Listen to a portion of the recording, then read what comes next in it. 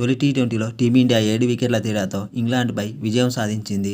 అయితే ఈ మ్యాచ్లో అభిషేక్ శర్మ విశ్వరూపం చూపించాడు. 34 బంతుల్లోనే 5 ఫోర్లు 8 సిక్సర్ల సాయంతో 79 పరుగులు చేశాడు.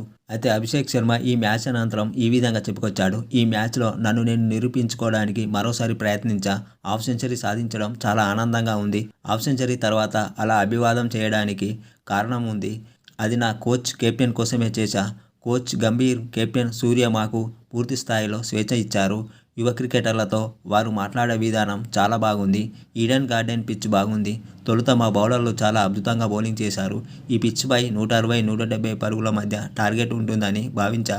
కానీ హర్షదీప్, వరుణ్ చక్రవర్తి మంచి బౌలింగ్తో కట్టడి చేశారు. ఛేదనలో సంజు శాంసన్ మరో ఎండులో ఉండటాన్ని ఆస్వాదించా. ఐపీఎల్లో దూకుడుగా ఆడడం నాకు కలిసొచ్చింది. ఇప్పుడు మా జట్టులో అద్భుతమైన వాతావరణం ఉంది. ఇంగ్లాండ్ పేస్ను ఎదుర్కోవడానికి ఎప్పుడూ సిద్ధమే. షార్ట్ పిచ్ బంతులతో వారు ఇబ్బంది పెడతారని తెలుసు అని అభిషేక్ శర్మ మ్యాచ్ అనంతరం చెప్పుకొచ్చాడు.